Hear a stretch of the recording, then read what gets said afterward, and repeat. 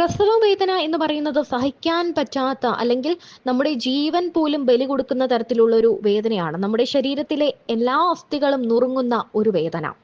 ആ വേദന സഹിച്ചുകൊണ്ട് പലരും അല്ലെങ്കിൽ എല്ലാ സ്ത്രീകളും ഒരു കുഞ്ഞിനെ ജന്മം നൽകാൻ ആഗ്രഹിക്കാറുണ്ട്.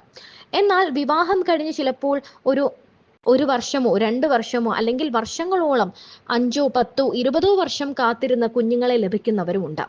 എന്നാൽ വിവാഹം കഴിഞ്ഞ് പിറ്റേ ദിവസം തന്നെ ഒരു കുഞ്ഞിന് ജന്മം നൽകിയാലോ? വിവാഹ ദിനത്തിൽ വയറുവേദനയെ തുടർന്ന് ആശുപത്രിയിൽ പ്രവേശിപ്പിച്ച നവവധു പിറ്റേന്ന് പെൺകുഞ്ഞിന് ജന്മം നൽകി. ഇതെവിടെയാണെന്നറിയാമോ? ഉത്തർപ്രദേശിലെ ഗ്രേറ്റർ നോയിഡയിലാണ് ഈ സംഭവം നടന്നിരിക്കുന്നത്. സെക്കന്ദരാബാദ് സ്വദേശിയായ യുവതിയാണ് പെൺകുഞ്ഞിനെ പ്രസവിച്ചത്.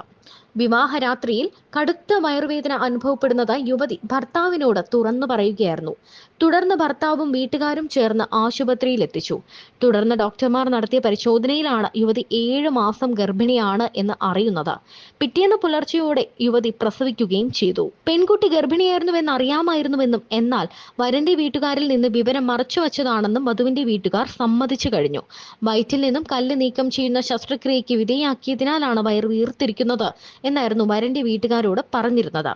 തുടർന്ന് വധുവിന്റെ കുടുംബം തെലങ്കാനയിൽ നിന്നെത്തി കുഞ്ഞിനെയും അമ്മയും കൂട്ടിക്കൊണ്ടുപോയി. ഇരു കുടുംബങ്ങളും തമ്മിൽ ധാരണയിൽ എത്തിയതിനാൽ കേസ് രജിസ്റ്റർ ചെയ്തിട്ടില്ല എന്ന് പോലീസ് അറിയിച്ചു. യുവതിയുമായി ബന്ധം തുടരാൻ ആഗ്രഹിക്കുന്നില്ല എന്ന് വരനും വീട്ടുകാരും വ്യക്തമാക്കി.